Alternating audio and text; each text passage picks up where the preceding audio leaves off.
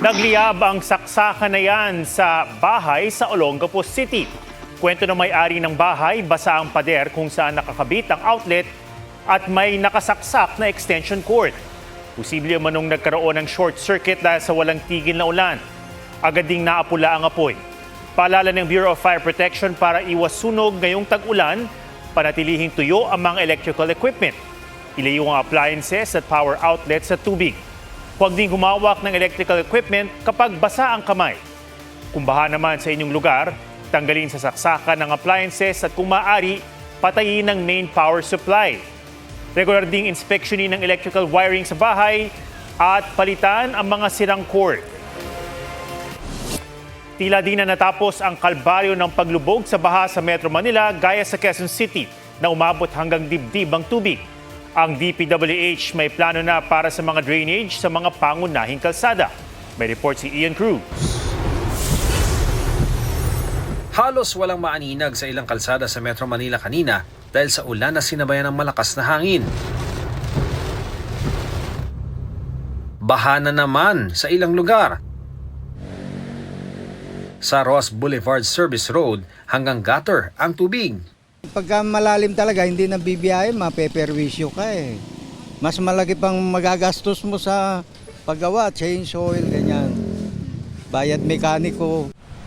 Para matanggal ang mga bara, binuksan ng DPWH ang mga drainage roon. Pero napakakipot ng bukada nito. Pinapa-redesign ko ngayon lahat ng inlet ng major roads para palakihin. And mag-umpisa tayo dun sa mga flood-prone areas sa mga kalye na yan. Pinag-aaralan din ang paglalagay ng trash traps para mas madaling makuha ang mga basura. Pangontrabaha rin sana ang mga pumping stations pero pati basura nahihigop din ito. Yung basura hindi lang yung waterways ang kinaklag niya, sinisira din niya yung mga pumps natin. Sa Maynila, backup pumps muna ang pinapagana. Ilang buwan na kasing sira ang 4 na pumps doon, kabilang na ang 2 sa Remedios Pumping Station. Plano rin ng DPWH na magtayo ng detention basin sa Raha Sulaiman Park na magkakaroon ng kapasidad na mahigit 3 million liters ng tubig. Sa Quezon City, nagpump na rin ang baha sa E. Rodriguez Avenue matapos bumaha kagabi sa bahagi ng Araneta Avenue. Umabot naman hanggang dibdib ang tubig sa N.S. Amoranto Street na karugtong ng G. Araneta Avenue. Nang bumuhos ang napakalakas na ulan kaninang umaga, pinalutang ng baha ang mga basura sa kanal at bangketa. Wala pang isang oras, humupa na rin ang baha. Ayon kay Pangulong Bongbong Marcos, mas mabilis na ang paghupa kumpara sa mga nakaraang pagkakataon. Mas bawas na rin anya ang baha dahil hanggang tuhod na lang daw ang inabot sa ibang lugar. Makita natin na maganda naman ang naging epekto, patuloy yung ating dredging, yung pinalaki natin ng mga drainage systems, naglagay tayo ng malalaking tubo, pati na yung mga pumping station natin. We have 73 pumping stations that are all of them are functioning now. Mabilis mang humupa ang baha, hindi pa rin maiwasan ng marami na lumusong dito. Kaya panay ang paalala ng Health Department. Mahalaga po ang pagpapakonsulta kasi hindi po lahat ay pwedeng uminom ng doxycycline. Gaya ng nabanggit, hindi po ito pwede sa mga buntis, nagpapasuso o pati pa sa mga may allergy sa doxycycline. Sa San Lazaro Hospital, nasa 22 ang kaso ng leptospirosis. Ayon sa Chief Medical Professional Staff ng ospital, dahil sa sunod-sunod na ulan, posibleng dumami pa ang mga kaso ng leptospirosis. Nitong August 8, umabot na sa 3,440 ang kaso ng leptospirosis sa bansa, patay sa tala ng DOH. Ian Cruz, GMA News. Inilikas na ang ilang residente sa Valenzuela City dahil sa hindi humuhupang baha. Apektado na ang ilang negosyo. Mula sa Valenzuela City, may live report si EJ Gomez. EJ. Atong wala ng pag-uulan sa nakalipas na ilang oras pero lubog pa rin sa lagpas binting baha itong F. Santos Subdivision sa Barangay Pasolo, Valenzuela City. Malaking perwisyo raw sa mga apektadong residente itong baha sa subdivision ito. Hindi raw sila makalabas, pati sa mga may negosyo dahil naging matumal na.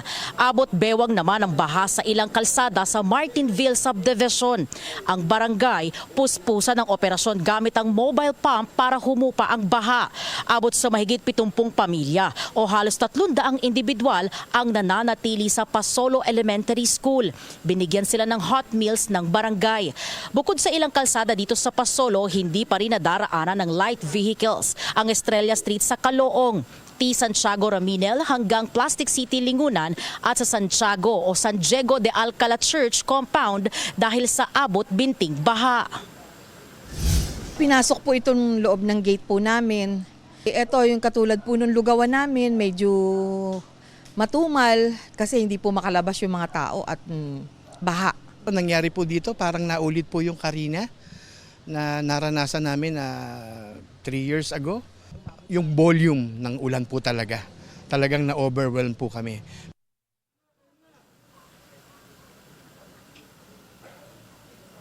Pasado alas 7 kanina, sakay ng Valenzuela City DRRMO truck namigay ng emergency kits at food packs si Mayor Wes Gatchalian sa mga apektado ng baha. Atom? Maraming salamat, EJ Gomez. Isang binatilyo sa Pampanga ang nalunod sa baha.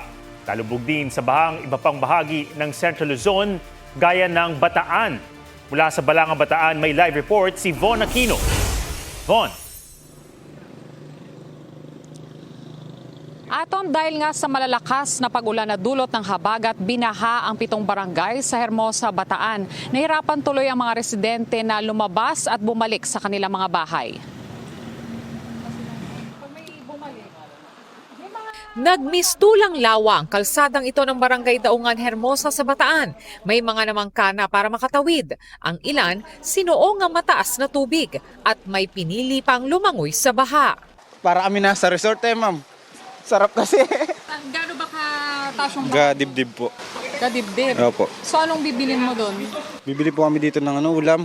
Ulam? Opo, sa palengke. Tapos pabalik sa kay baka? Dahil lalangoy na lang po namin.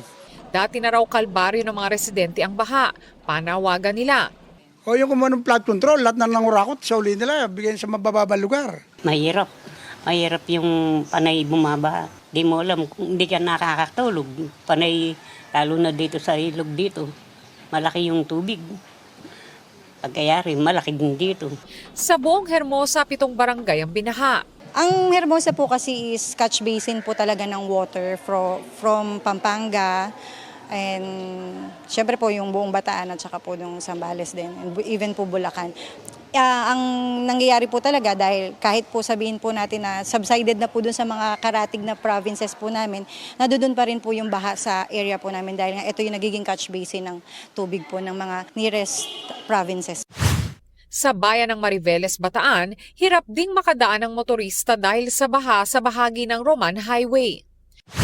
Pero wisyo pa rin ang di pa rin humuhupang baha sa Marilao, Bulacan. Kumapit na sa lubid ang mga residente para makatawid sa abot dibdib na baha. Itinawid din nila ang imahe ng Poong Jesus Nazareno. Sa San Marcelino, Zambales, pinasok ng baha ang ilang gusali ng barangay matapos umapaw ang isang ilog. Ganito rin ang sitwasyon sa ilang kalsada sa Botolan at Candaba sa Pampanga. Sa bayan ng Apalit, Pampanga, nalunod ang isang binatilyong naligo sa rumaragasang tubig baha. Tinangay umano papasok ng tosang o culvert ang bata.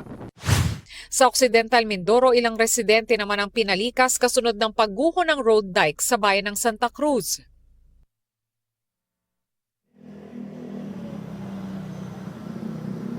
Atom, as of 8 p.m. nakataas ang orange rainfall warning dito sa Bataan. Dito naman sa Balanga ay tumila na ang ulan. Atom? Maraming salamat, Von Aquino. Binawi ng dating sundalong si Orly Guteza ang kanyang salaysay na nagkatid siya ng mali-maletang pera kay dating House Speaker Martin Romualdez. Sabi ni Guteza, sina Senator Rodante Marcoleta at dating Congressman Mike Defensor ang nasa likod ng pagharap niya sa pagdinig ng Senado noong September 2025. Tungkol sa maanumalyang flood control projects. Sabi ni Guteza sa panibagong affidavit, Idinikta ni Defensor ang kwento sa kanyang affidavit sa Senado. Inayos naman daw ni Marcoleta ang draft na tinype ng manugang ni Defensor na si Mark. Pinangakuan daw ni Guteza ng pera at scholarships para sa mga anak. Pinilit niya sa akin na ako na lang sabay sabi na basahin mo lang yan at mababayaran mo naman. Ako ay pilitan na sabihin para sa kanya, sige po sir, ito ang paraan para makatulong ako. Hanggo ako dyan sir. Kaya lang sir, inaalala ko lang ang pag-aaral ng mga anak ko. Nag-promise ng CAS at educational scholar si former Congressman Mike Defensor. Pagkatapos ng Senate hearing, hindi na raw siya kinontak ni Marcoleta at Defensor, kaya napagtanto ni Guteza na ginamit lang siya. Sinusubukan pa namin kunan ng pahayag sina Marcoleta at Defensor. Ang binabawi ngayong salaysay ni Guteza, bahagi ng mga ebidensyang pinag-aaralan ng Ombudsman para sa posibleng isang pangreklamo laban kay Romualdez. Sabi ng Ombudsman, wala pa silang kopya ng affidavit ni Guteza, kaya hindi pa sila makapagbibigay ng reaksyon sa posibleng maging epekto nito sa case build-up laban kay Romualdez. Iniwan sa sasakyang nagatid sa kanya sa paaralan ang mga baril na ginamit ng grade 8 students sa pamamaril sa Ateneo de Zamboanga University. Kabilang sa iniimbestigahan ang nag-udyok sa estudyante ang online gaming platform na Roblox. May report si John Consulta. Entry sa gate, may security guards at bag inspection. Kaya tanong ng ilan, paanong naipuslit ng 14 anyos na grade 8 student ang mga ginamit niyang baril sa Ateneo de Zamboanga University kahapon? Yung sistema po sa Ateneo ay basta sa gate ka pumapasok ng pedestrian ay titignan yung bagbong. Yung bata po ay sumakay sa kotse ng kanyang ama at hinatid siya at hindi na po kinakapkapat. Ayon sa DILG, ang naghatid sa batang shooter ay driver ng ama niyang Customs Police Chief sa Port of Zamboanga. Naiwan sa loob ng sasakyan ang mga baril ng ama na binitbit ng bata papasok ng eskwelahan. Sa loob ng 2 minutong pamamaril, napatay ang 15 anyos na grade 10 student. Di pa masabi kung tinarget talaga siya. Nadaplisan naman ng bala ang isa pa. Sa huli, nagbaril sa sarili ang minor de edad na shooter. Ayon sa PNP, di bababa sa 7 bala ang ipinutok ng shooter gamit ang caliber 40 at 9mm pistol. Isa sa mga ginamit na baril ay service firearm ng ama. Sinispindi na ng Bureau of Customs ng 70 araw ang ama ng bata habang gumugulong ang investigasyon. Obvious naman na pabayaan niya yung baril niya. So titingnan natin kung ano yung maximum na pupwede. Kasi gross neglect talaga yan eh. Ang maximum doon, dismissible offense talaga yan. Inaalam pa kung ano ang nagtulak sa minor de edad na gawin ang pamaril. So far, ang report ng Ateneo ay wala namang incidents of bullying sa kanya. Sa forensic examination ng kanyang mga gadget, isa sa sinisilip ang posibleng impluensya ng online gaming platform na Roblox sa pamamaril. So far, may witnesses na nakita siya naglalaro niyan. But from the pattern, parang na-radicalize talaga yung bata. The child, according to reports, was a very exceptional student. Number 1 in his class. So, never had behavioral problems. Roblox in itself is not a dangerous game. It is the chat. It is the chat group that is beside it. Doon nagkakaroon ng buyuan. Doon nagkakaroon ng radicalization. Nakipagpulong si Education Secretary Sonny Angara sa mga leader ng Ateneo de Zamboanga para pag-aralan ang mga hakbang para masawata ang karahasan sa mga paaralan. Malungkot dito, hindi natin akalain talaga na mangyayari dito sa estudyante dahil mataas po ang standing siya, number 1 siya. Parang valedictorian ho siya. So, tinatanong namin yung kanyang mga teacher, parang hindi naman siya problemado. Although nagbibiro siya minsan na galit siya sa kanyang mga kasama, parang akala ng mga kamag-anak niya, biro-biro lang ho yun. Ang DSWD nagsasagawa ng post-trauma informed care sa school community. Maaring physically walang galos, walang injury, pero yung dala-dala nilang trauma, yun yung dapat nating subaybayan. Sa unang akala namin na mga classmate ko, simulation lang. Pero walang police. Noong umaga, biglaan naman yung nagtira. Natakot kami lahat, hindi namin alam anong gawin. nagtirik ng kandila at nag-iwan ng bulaklak sa harap ng paaralan ang mga nakikiramay. Dinalaw naman ni Vice President Sara Duterte ang pamilya ng biktima at mga survivor ng pamamaril. John Consulta, GMA News. Nanawagan si Vice President Sara Duterte na mapabilis ang impeachment trial laban sa kanya. Nag-iisip yung mga tao na ano ba, totoo ba may ginawang masama, hindi ba totoo yung mga akusasyon. So dapat mabilis yung proseso kasi nga, di ba, sa ating konstitusyon nandiyan yung speedy administration. Nang tanungin kung ang paglaloban niya ay makatutulong para mapabilis ang paglilitis, sagot ng bise hindi kailangan ng kanyang presensya dahil kinakatawan naman siya ng kanyang mga abogado. Hindi naman ako abogado para sa impeachment ko. So wala ako matutulong doon sa proseso ng pag-present ng witness, pag-cross-examine ng witness. Lahat yun ay trabaho ng abogado. At yun yung participation at appearance ko doon. Naniniwala naman ang kampo ng bise na malakas ang kanilang reklamo laban kay Ramil Madriaga, ang nagpakilalang dati niyang aide at bagman.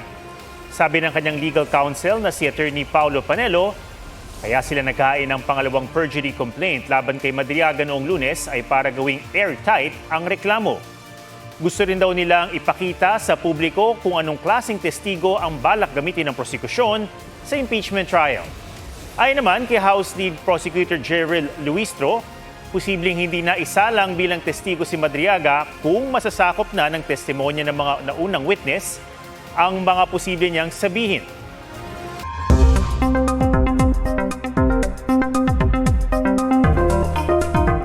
Bumagal ang bagyong Neneng habang binabaybay ang dagat malapit sa Taiwan.